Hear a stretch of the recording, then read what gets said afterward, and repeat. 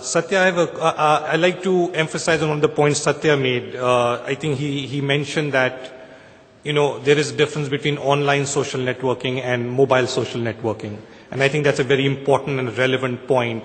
These are today you have a Facebook, which is, you can use from the mobile, and that's the predominant service, and I don't think people can look beyond it. But, I think Satya made that point, and I strongly share that belief that as time evolves, we will see pure play mobile social networks emerge, which are products which have been built and conceived from a mobile user's perspective, and have taken all of the user device into account, and eventually they will it would be good to get some more views from the panel on that particular issue.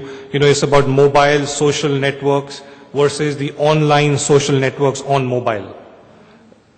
So let me just share one example from Malaysia. I know about a company, and they have got this social networking site which is built only for mobile, and they make tons and tons of money. And one of the services, and a lot of interesting services they have got, and we all believe that people would spend only for buying ringtones, but they have a service like you're chatting in a particular room, you have invited your friends, and you can bomb that room, you can blast that room off. But to do that, you need to buy that bomb, and you need to pay through your currency, and that billing happens through an operator, the way you download ringtones and stuff like that. And this whole particular social networking site has been built only on the mobile, because again, they believe that no one would go on the internet, give their credit card, buy some products or services. But since that billing integration has been done through an operator, it's much more easier to buy these kind of weapons, quote unquote, of mass distraction. So there are a lot of products and services, especially on the social networking, which has been designed, conceived and built, keeping only the mobile form factor into consideration. Yeah. Thank you. And if you look at the usage of mobile and the desktop or the laptop, because of the ease of typing and the ease of writing long emails or conversations on internet, and when you compare them with mobile, the conversations are short. Even on a BlackBerry, even though you can compose a long email, generally the conversations are short and to the point. So the usage patterns are different when it comes to, I think that's why services like Twitter are more popular on the mobile than on the internet.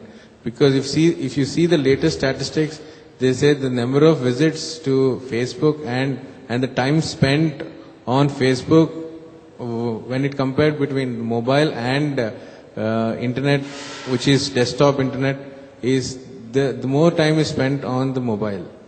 So this clearly indicates that mobile usage patterns are different from the desktop usage patterns. Yeah, thank you. Hey, Sanjay, since you run a company which has got a social networking, why don't you share some of your insights?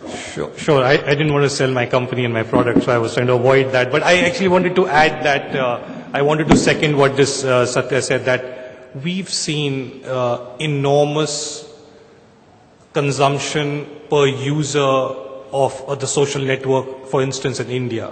We see as many as 2,200 page views per user per month, which is about twice what Facebook does on the PC. So what I can share right now is there is enormous user interest. The engagement in terms of time spent is enormous.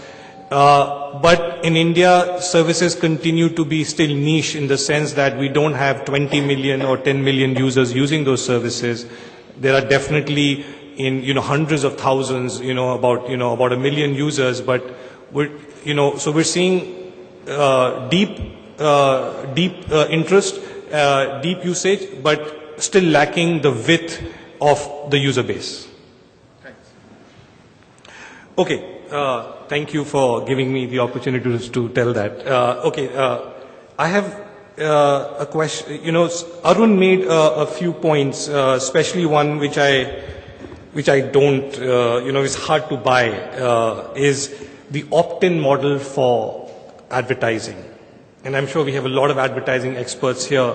And my view is that, and this is just my gut feel, that I don't know any advertising medium, newspaper, radio, whatever, internet, where I can choose to get ads, right? If I have a choice to get ads, I won't get ads. You know, just imagine. So I thought this is a point worth looking at, and maybe Satya has a view on it, or Yeah, I mean, sometimes I think people call SMS a big spam, unwanted messages, but our office in Hyderabad is in a place where there are a lot of training institutes around this thing. And when I walk down this lane, and you know, we have these boys shoving in paper into your hands. If you just open your hands, you get a paper inside your hand. So I think that's pamphlet spam. That is one thing. If you look at the television, if you watch all these news channels, you have breaking news all the time. If it is 24 hours, if you have breaking news, I don't think it's breaking news anymore. So then you can also have breaking ads, maybe in spite of breaking news, instead of breaking news. So I think that is news spam. So spam is everywhere. I mean, I think we are used to spamming. When you go, when you can live with 100 years of British rule, I think we can live with spam for the rest of our lives. Kiran, do you have a view on that? He's protecting his business.